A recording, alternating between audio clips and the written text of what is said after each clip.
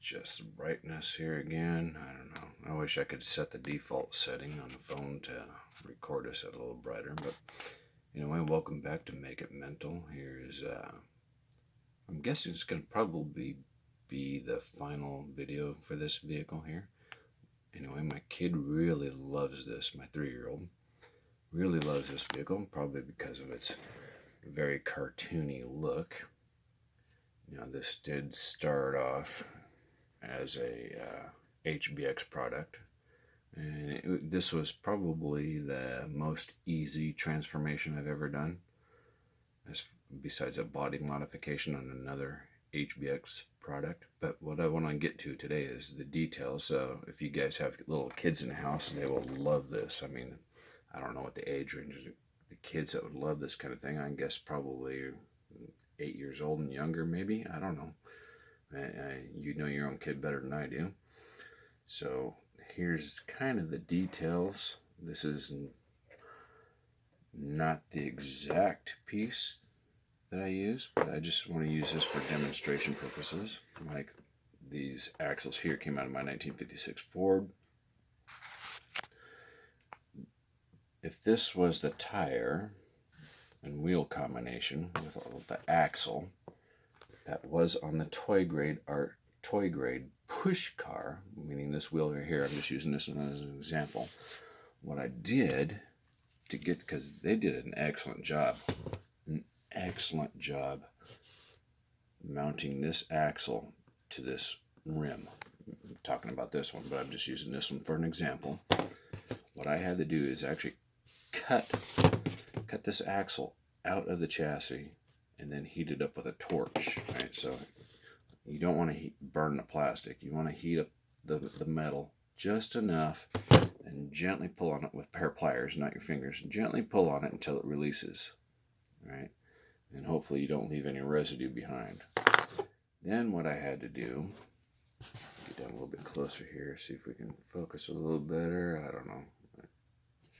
Brighten it up a little bit. Then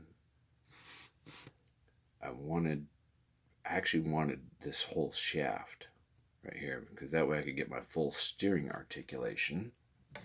But as we go here, let me turn this back a little bit, you can see that the wheels stick out past the body a little bit. And for me, this is acceptable right now. But if I would have left this shaft stick out, these wheels would be another 1/4 of an inch out on each side. And that, to me, was unacceptable. So I had to cut this shaft off. Then what I did is I notched it. There was I call them casting marks. I don't know what they're probably for support for the push vehicle. Anyway, there was a solid piece of plastic here, solid piece of plastic there. It's basically a forming of a cross. And the HBX vehicle, this particular vehicle, actually has a cross type shape to its wheel tire combination mounting. I don't know what you want to call it, what its technical name is. But anyway, if you watch the other video, you'll see what I'm talking about, I'm sure. And I'll go into details about that again. So then once the axle's removed, I took a 3/32 drill bit, and I drilled all the way through, from here all the way through to the other side of the wheel. Granted, this is just an example, so you guys got something to look at. That way I could put a screw in there. And this happens to be in, what do they call that? It's a M2.5 by 20 millimeter screw. But in order to get that screw out of there, we have to hog down. Let's see if this other tire's got it in. Yes, this is a better example. Let me turn this light off. This tire right here, I had to hog down this hub, what's called a hub on a real car. So I had to hog that down in order for this screw to sit flat inside there. So that being said, it's pretty easy. Just use a 3/32 drill bit and 2.5 by 20 millimeter. I'll twisted again. And that's a fairly straightforward build. It's very nice. And again, my kid absolutely loves it, mostly because I'm guessing it's cartoony. You know, it's got a little smile right there. It's got eyes on it. I mean, it looks legit, and it performs pretty well on carpet. You know, this is pretty much what I wanted out of a 1956 Ford that I built previously. But I think the Ford is just too heavy, being die-cast metal. So this actually ends up working out better. I might do another video of this cart in action. I don't know just yet, but it's kind of hard to do videos for me because I have to find a way to mount the phone somewhere and then kind of jive it around within camera view, and then I don't always get the best perspectives. So that being said, let's move on to the details. So here's the underside of the car. Here's how I ultimately decided to mount it.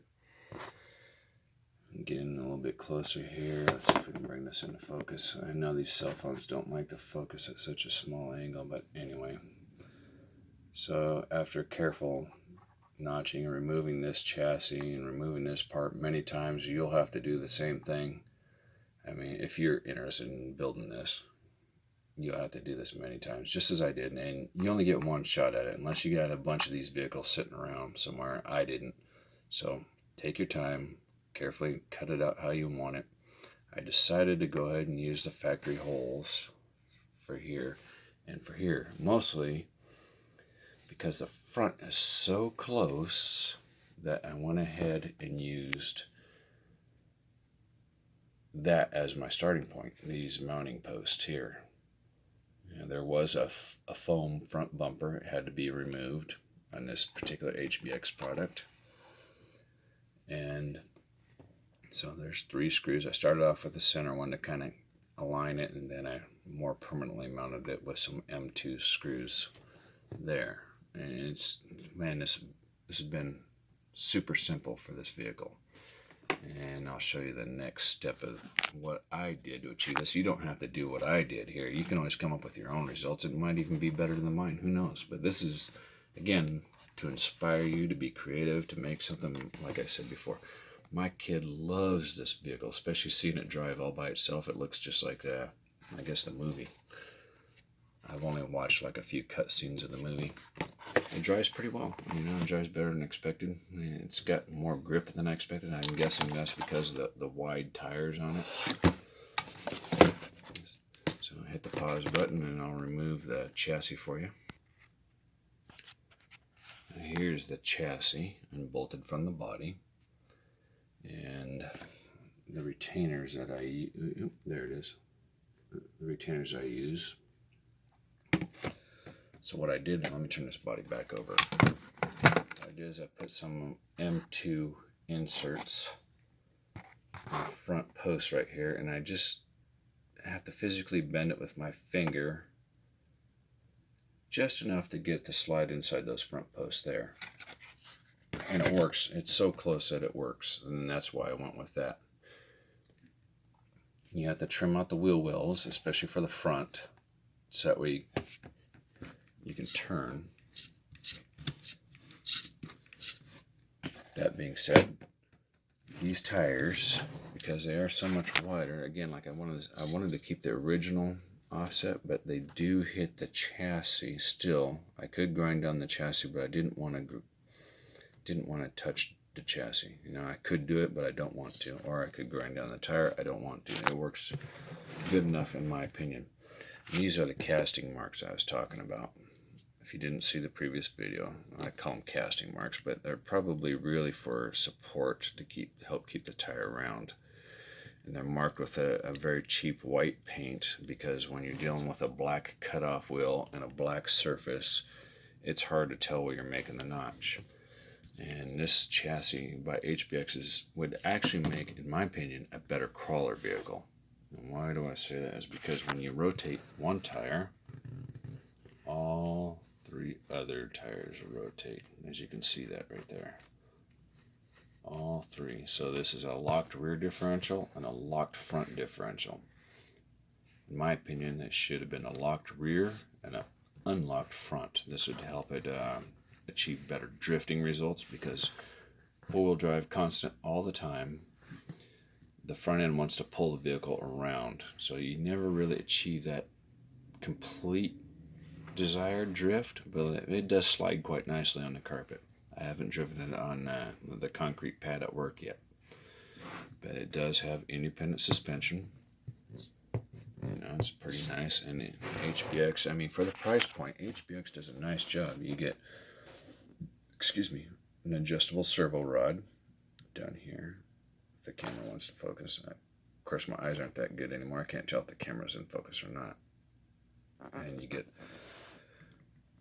an adjustable toe, an adjustable camber.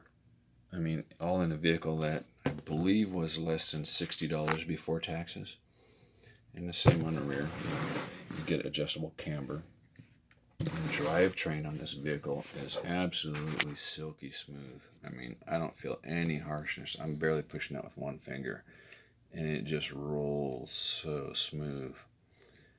I mean, HBX, they did a great job on the drivetrain on this vehicle, but an absolute piss poor job on the body. So there you go. There's your Lightning McQueen. If you want to make it, it should make your kids smile. I know it does mine, and it's very easy to do.